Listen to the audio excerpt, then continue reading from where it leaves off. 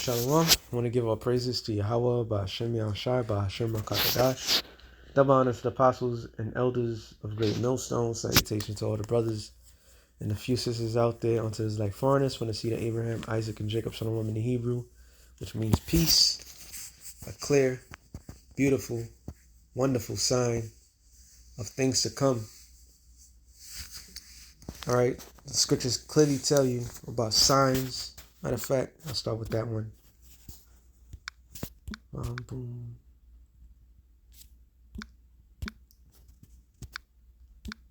Let me get this one first. Joel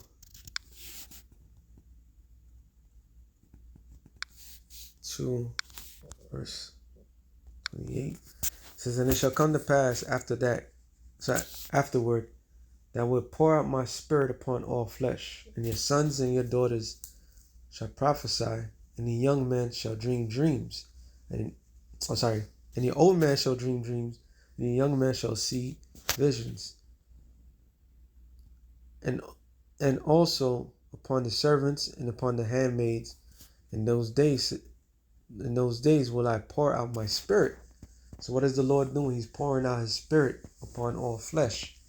Part of pouring out the spirit is one of the main things is be able to see. All right. To be able to see, to be able to break it down, understand. Okay, the spirit of understanding comes from the showing that everything is spiritual.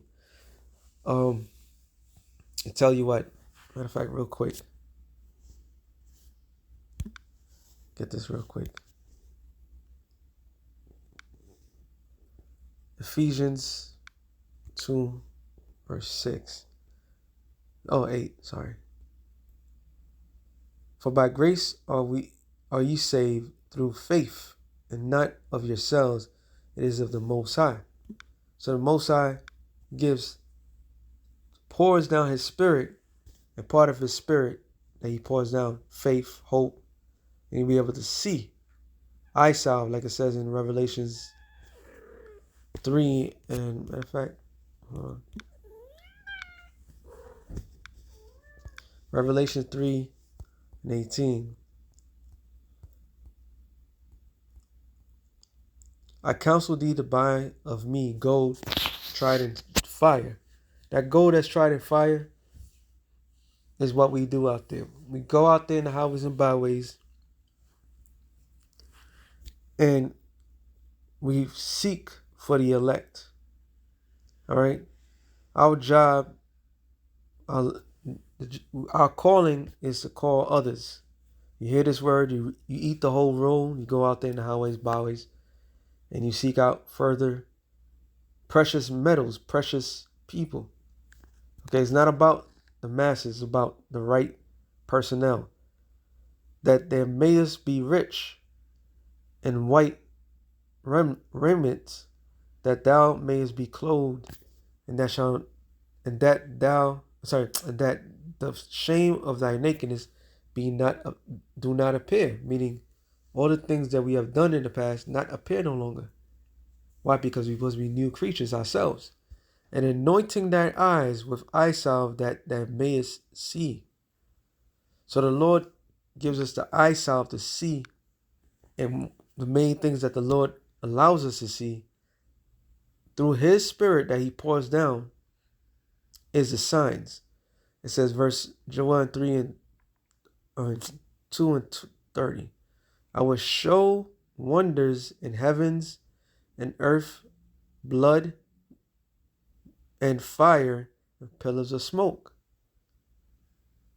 The sun shall be darkened the sun shall be turned into darkness, the moon into blood, before the great and terrible day of the Lord come." So all these are signs of the Lord. All right. Why it so happens that one of the major signs, which actually I did have one more. 2nd Ezra 15.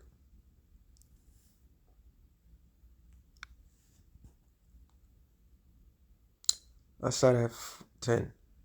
Behold, my people is led as a flock to the slaughter. I will not suffer them now to dwell in the land of Egypt.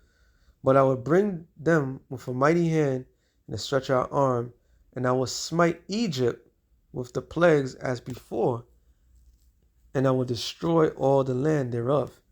And what was one of the major plagues? That was the blood and the water. All right, Moses turned the water to blood. All right, that was a major sign. So it's not just, it's all over the world.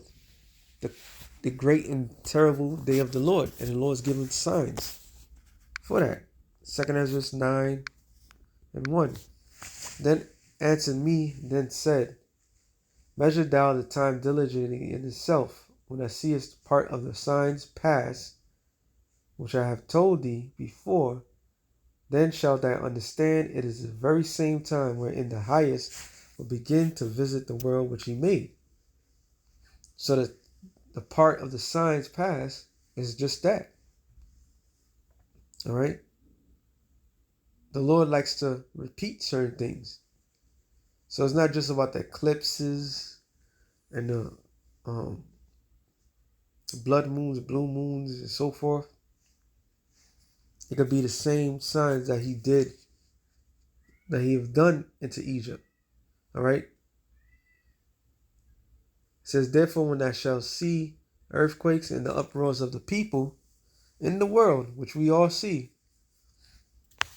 Right now, there's a uproar of the farmers in London. Okay, matter of fact.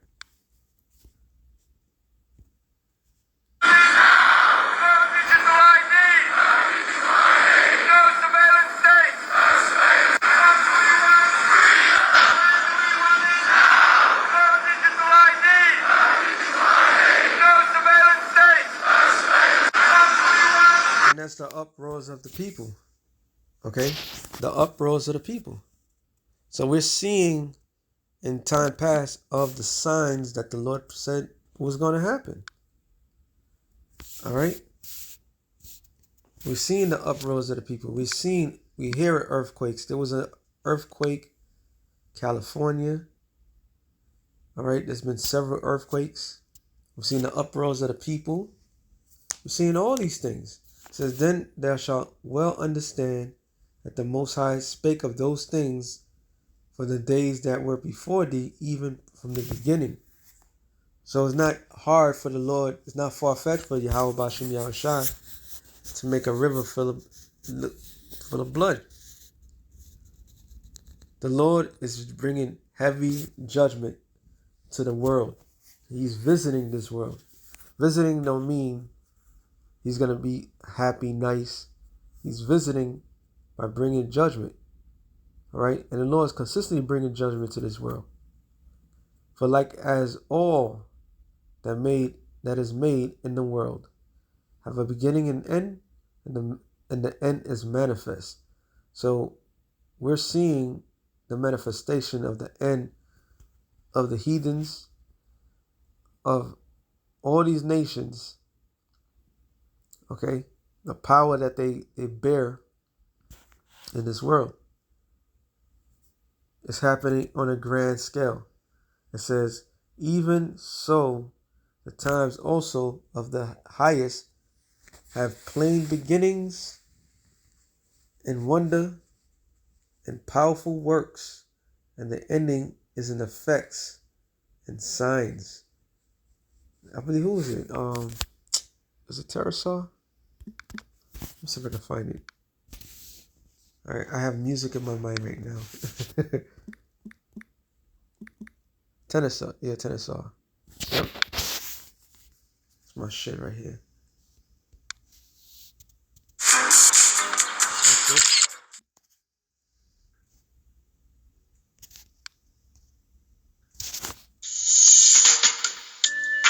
Life is one big road with a lot of signs. And you have to see these signs. I can't play the whole thing. Life is one big roll of a lot of signs. And when you see major signs as water turn into blood, that's a heavy sign right there. Matter of fact, isn't that Revelation 8th chapter? Let me see if I'm correct. Revelation 8.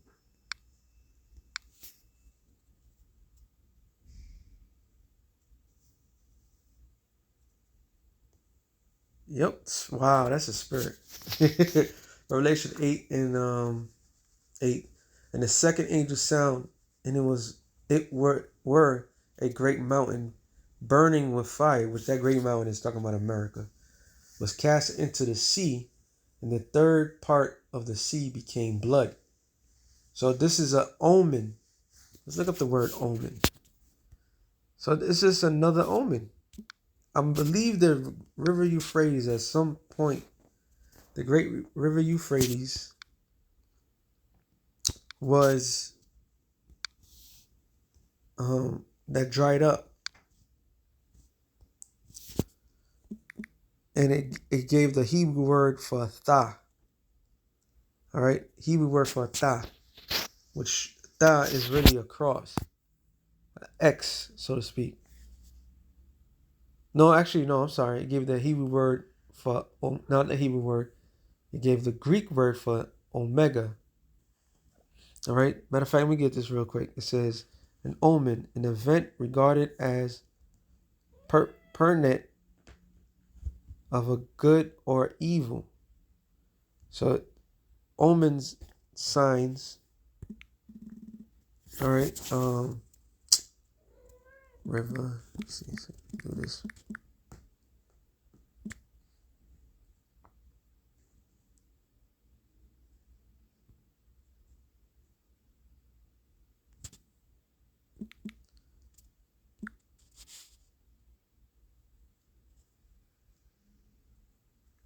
Slovakia. I'm bring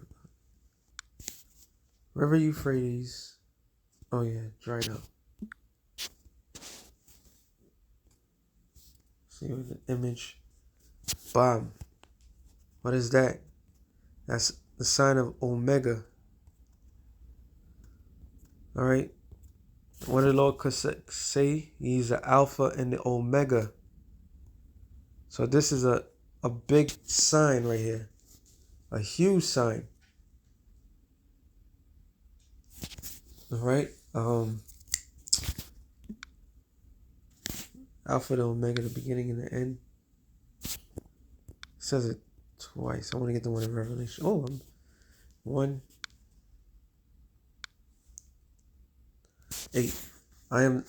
I am Alpha and Omega. Omega. The last letter in the Greek alphabet. The last. And that was a sign. The beginning and the ending, saith the Lord, which is and which was, which is to come, the Almighty. So you cover all events, past, future, present. That's Yahweh Shai. Since I said read that. Hebrews 13:7. 8. Yahweh Shai, Mashiach, the same yesterday, today, and forever. So he's not going to change. He can't change. So that's a sign right there. Okay? So that flood, that river showing blood is a sign from the heavens. And that sign to us is what?